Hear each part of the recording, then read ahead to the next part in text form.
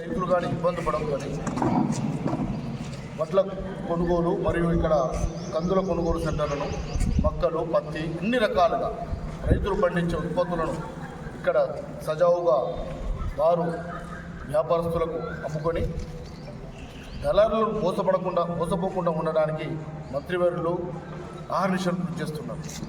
దాంట్లో భాగంగానే కందుల కొనుగోలు సెంటర్ కూడా ఇక్కడ ఏర్పాటు చేయడం జరిగింది.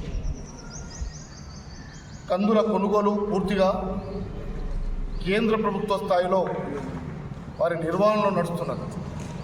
మార్క్ఫెడ్ ఆధ్వర్యంలో ఇక్కడ ఈ సెంటర్ను ఓపెన్ చేశారు. కానీ వారు ఏ విధంగానైతే ఆలోచన చేసారు, మరి ఎక్కడైతే అది ఉన్నారో ఒక జీవో తీసుకొచ్చి ఎకరాన 3 క్వింటాల 30 కిలోలు మాత్రమే ఒకటి ఆన్లైన్ చేసుకుంటే కొనుగోలుకు అవకాశం ఉన్నది అనేది ఆ జీవో రకంగా మనకు అధికారులు చెప్తున్నారు. దానికి మేము మంత్రి గారు కూడా కేంద్ర ప్రభుత్వానికి వారు లెటర్ రాయడం జరిగింది. మేము కూడా మా అన్నయ్య ప్యాక్స్ చైర్మన్ శివన్న కూడా 2-3 సార్లు డిఎంఓ గారితో మాట్లాడడం జరిగింది, మరియు కలెక్టర్ గారితో కూడా మాట్లాడడం జరిగింది. మేము కూడా నిన్న మా వైస్ చైర్మన్ పంకచంద్రు నేను పోయి కూడా పలుమార్లు వారి దృష్టి కూడా తీసుకుపోయినాం. నిన్న కూడా కలెక్టర్ గారి దృష్టికి తీసుకుపోయినాం. రైతులు ఇక్కడ నష్టపోతున్నారు. ఈసారి కొంచెం పంట దిగుబడి ఎక్కువ వచ్చింది. ఎందుకంటే ఒక క్వింటాలకు 6 నుండి 7 క్వింటాల దాకా ఈ మన ప్రాంతంలోనే పండినాయి అనేది రైతులు చెప్తున్నారు. మేము అంటున్నాం 3 క్వింటాలు అంటే ఇది కరెక్ట్ అయింది కాదు.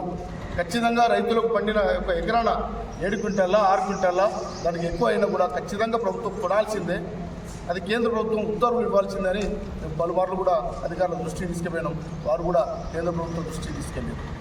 దీని రాజకీయాలకు అతీతంగా, రాజకీయం కాదు, మనకు రైతుకు వీలైనంత వరకు మనం సేవ చేయాలి. రైతుకు సేవ చేసినట్టుంటే మనము సాక్షాత్ భగవంతుడికి సేవ చేసినట్టుగా ఉంటుందని ప్రభుత్వానికి కూడా, అంటే కేంద్ర ప్రభుత్వానికి కూడా చెప్తున్నాం. ఇది ఏమున్నా ఎప్పటివరకు ఉన్నా మంత్రి గారు చొరవ తీసుకుంటలేరని, లేకపోతే రాష్ట్ర ప్రభుత్వం పట్టించుకుంటలేదని కొంచెం ఆరోపణలు కొంతమంది గిట్టని వారు చేస్తున్నారు. ఇది ముమ్మాడికి అబద్ధం, ఇది న్యాయం కాదు. ఇది వాస్తవానికి సెంట్రల్ గవర్నమెంట్ వ్యవస్థలో ఉన్నది. సెంట్రల్ గవర్నమెంట్ వాళ్ళు అది చేయాల్సి ఉంటుంది. ఇప్పటికైనా రైతులు ఇబ్బంది పడకుండా సెంట్రల్ గవర్నమెంటు, ఆ మంత్రులు, ఇక్కడున్న మంత్రులు, ఎంపీ వీరందరూ కూడా వీళ్ళు దృష్టిలో తీసుకొని ఈ మా యొక్క మీ ద్వారా పత్రికా ముఖంగా మరియు మీడియా ముఖంగా కూడా మేము తెలియపరుస్తున్నాం. దయచేసి మీరు చొరవ తీసుకొని ఈ ప్రాంత అభివృద్ధికి రైతులకు ఇబ్బంది పెట్టకుండా వెంటనే కేంద్ర ప్రభుత్వంతో మాట్లాడి మీరు సత్వరమే కొనుగోలు కోసం మీరు ఆర్డర్ ఇప్పించాల్సిందిగా మేము డిమాండ్ చేస్తున్నాం. చాలా ఇబ్బంది అవుతున్నది. ఇక్కడ రైతులు కూడా ఆరుగాలం పంటలు పండించి ఇక్కడ కొనుగోలు కాడ అదవుతున్నది. ఇక్కడ మార్కెట్ వ్యవస్థ కూడా మేము రైతుల పక్షాన మేము విన్నవిస్తున్నాం. కలెక్టర్ గారు కూడా చెప్పారు, వారు కూడా పలుమార్లు లెటర్ రాశారు. నిన్న కూడా పోయినాం. ఇప్పటికైనా తొందరగా త్వరితగతిన కొనుగోలు స్టార్ట్ కావాలి. ఇక్కడ కేంద్ర మంత్రి బండి సంజయ్ గారు చొరవ తీసుకొని ఇమ్మీడియట్లీ